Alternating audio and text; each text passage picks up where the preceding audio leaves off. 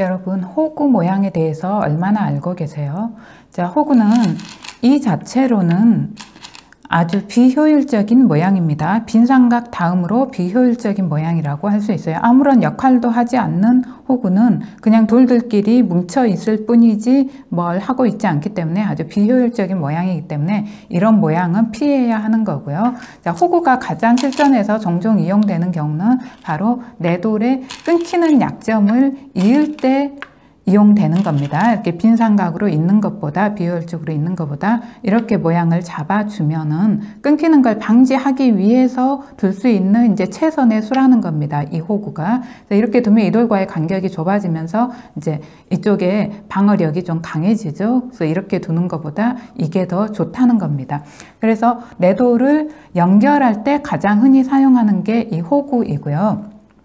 그리고 또 여러분 바둑 격언에 호구되는 자리 급소라는 이제 바둑 격언을 들어보셨을 거예요. 그런데 이 호구되는 자리 급소라는 의미를 잘 모르시는 분들이 계세요. 이것도 그럼 호구되는 자리 급소인가? 뭐 이렇게 생각하는 분들도 계시고요. 자, 호구되는 자리 급소라는 건 예를 들어 걸쳤을 때 이쪽에 내 돌이 있으면 협공을 하는 경우가 종종 있습니다. 3, 3의 백이 뛰어들었을 때 이쪽을 막아서 이쪽 집을 지어가자고 했을 때 연결하고 이때 반드시 여기서 흙이 놓치지 말고 둬야 하는 자리가 있는데요. 초급자분들이 또 이런 모양에서 간혹 이렇게 둬버리시는 분들이 계세요. 이쪽을 이제 확실히 내 집으로 만들겠다고. 그러시면 안 됩니다. 이렇게 되면 바로 이 자리가 호구되는 자리 급소예요. 호구되는 자리 급소라는 건 내가 호구를 치면서 일단 상대수를 줄이는 호구여야 돼요. 이런 식으로 상대수를 줄이지 않는 건 뭐 그냥 비능률적인 모양이지 호구되는 자리 급소하고는 거리가 있습니다. 자, 흙의 수를 줄이면서 그 돌을 약하게 만드는 경우가 호구되는 자리 급소에 해당하는 이제 그런 호구가 됩니다. 만약에 이 돌이 없다면 더 이거의 위력, 호구되는 자리 급소의 위력이 큰 거고요. 이게 있다 하더라도 여전히 이게 약하기 때문에 이 급소 자리의 위력 좀 있습니다. 그래서 여긴 아주 좋은 자리가 되는 거예요. 그러니까 이 자리를 절대 상대한테 내주면 안 되고 이렇게 두셔야 하는 겁니다. 그러면 나중에 흙이 뚫었을 때 이쪽이 약해서 양쪽 끊기는 약점이 있기 때문에 백도 이 약점을 지키는데 이제 이런 식으로 지키는 것보다 조금 더 효율적으로 이렇게나 이렇게 지키는 수를 찾는 거고요. 그때 이렇게 좀 늦춰서 씌워서 이쪽을 크게 키우고 혹시 들어오면 공격을 해야지 그냥 이 호구되는 자리를 급소를 내버려 두고 이런 식으로 일방적으로 지키시면 안 된다는 겁니다. 그래서 호구되는 자리 급소라는 건 상대수를 줄이는 호구이되 상대 돌의 압박이 강한 자리를 호구되는 자리 급소, 그러니까 급소되는 호구가 되는 거고요. 이런 식으로 만약에 흙이 튼튼하다면 이 자리는 그렇게 급소 자리라고 할 수 없습니다. 흙돌에 대한 압박이 약하기 때문에. 자, 그 다음에 또 호구가 유용하게 쓰이는 경우가 있는데요. 이제 이 마지막으로 쓰이는 호구의 용도가 가장 이제 고급자들이 사용하는 이제 그런 수법인데요.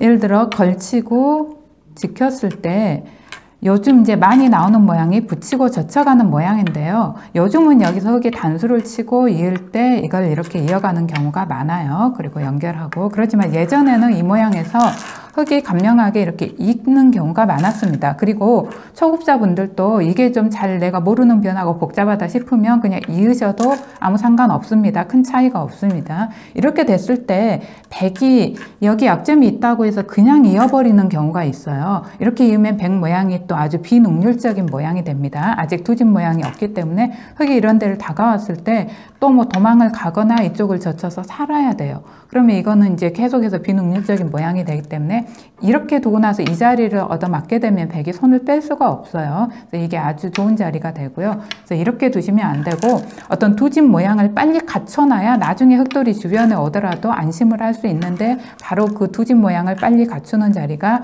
이 호구 자리입니다. 이렇게 되면 두 집 모양이 엄청 풍부해지죠. 상대가 이런 데 막 돌이 온다고 해도 계속 손을 빼도 상관이 없는 겁니다. 두 집 낼 자리가 워낙에 많기 때문에. 그래서 이런 모양을 보고 탄력 있는 모양이라고 해요. 탄력이 풍부한 모양입니다. 탄력. 그래서 이제 가장 고급 수법, 호구를 이용하는 가장 고급 수법이 바로 돌의 탄력을 갖추는 그 부분이 이제 가장 고급 수법이라고 할 수 있습니다. 이렇게 둬놓으면 흙돌이 아무리 어지간히 많이 와도 이 백돌이 위험하지가 않는 겁니다.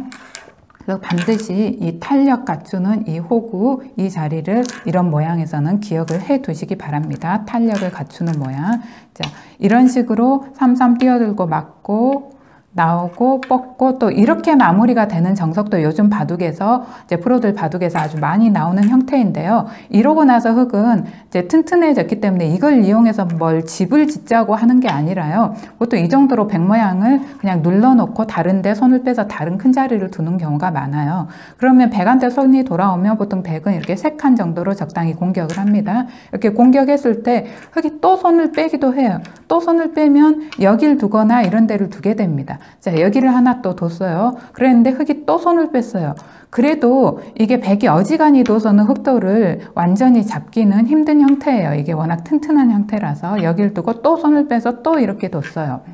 자, 이 정도가 되면 이제 흙도 뭔가 보강을 해야겠죠. 그러면 이제 가장 쉽게는 중앙으로 빠져나가는 방법인데요. 이게 중앙으로 계속 빠져나가도 상대의 어떤 집 모양을 내주면서 빠져나가야 되기 때문에 이게 싫으면 빨리 이 안에서 자체로 두 집 모양을 빨리 갖추자고 해야 될 때가 있어요. 자, 그럴 때 두 집 모양을 갖출 수 있는 이제 좋은 방법이 바로 이렇게 혹으로 탄력을 갖추는 겁니다. 이런 식으로 탄력을 갖추게 되면 상대가 이렇게 오더라도 이걸 선수로 할 수 있게 되면서 이제 이 부분에 한 집 모양이 생기니까 나머지 한 집 모양만 더 갖추면 되기 때문에 뭔가 살리기가 좀 수월한 형태가 됩니다. 그래서 보통은 백이 이걸 흙한테 선수로 내주지 않기 위해서 이쪽을 단수를 치는 경우가 많고요. 이렇게 된다 하더라도 흙이 이제 나중에 또 여기는 이렇게 패로 버텨서 이쪽에 집을 낼 수도 있는 형태가 있고 해서 뭐 쉽게 그렇게 막 심하게 공격당하지 않고도